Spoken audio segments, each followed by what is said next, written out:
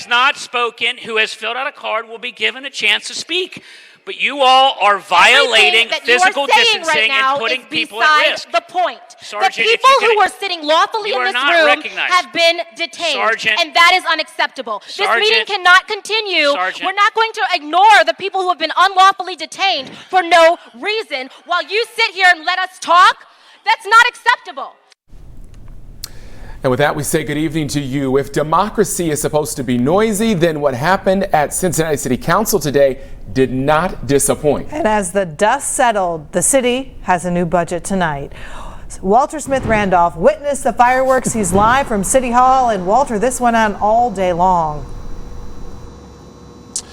Yeah, Megan and Kyle, it was another interesting night here at City Hall. Once again, police had to intervene with people who were protesting, speaking out against the city's budget. This time it ended with 2 people being hauled out of City Hall and handcuffs while city council members argued amongst themselves.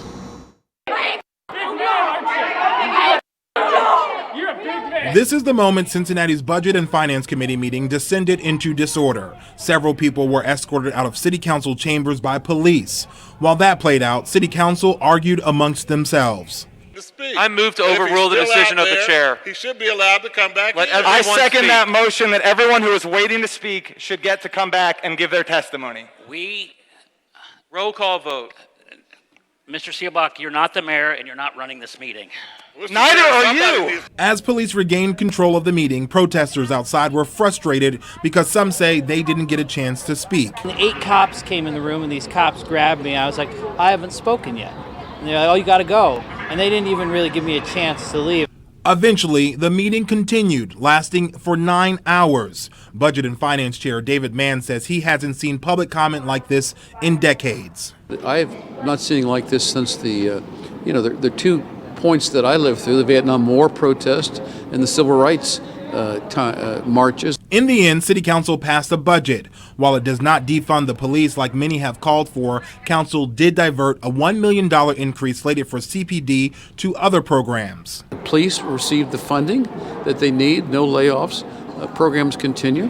But we did respond with a new affordable housing program, enhanced summer youth employment.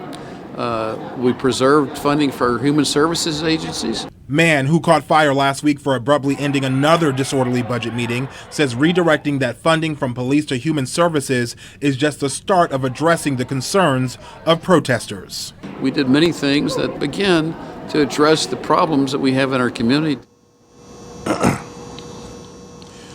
So technically, the police department will receive less funding, but it's only $1 million. And City Council, they were able to do that by anticipating more attrition and also delaying a recruit class. For now, we're live at City Hall. Walter Smith Randolph, Local 12 News. Megan, Kyle.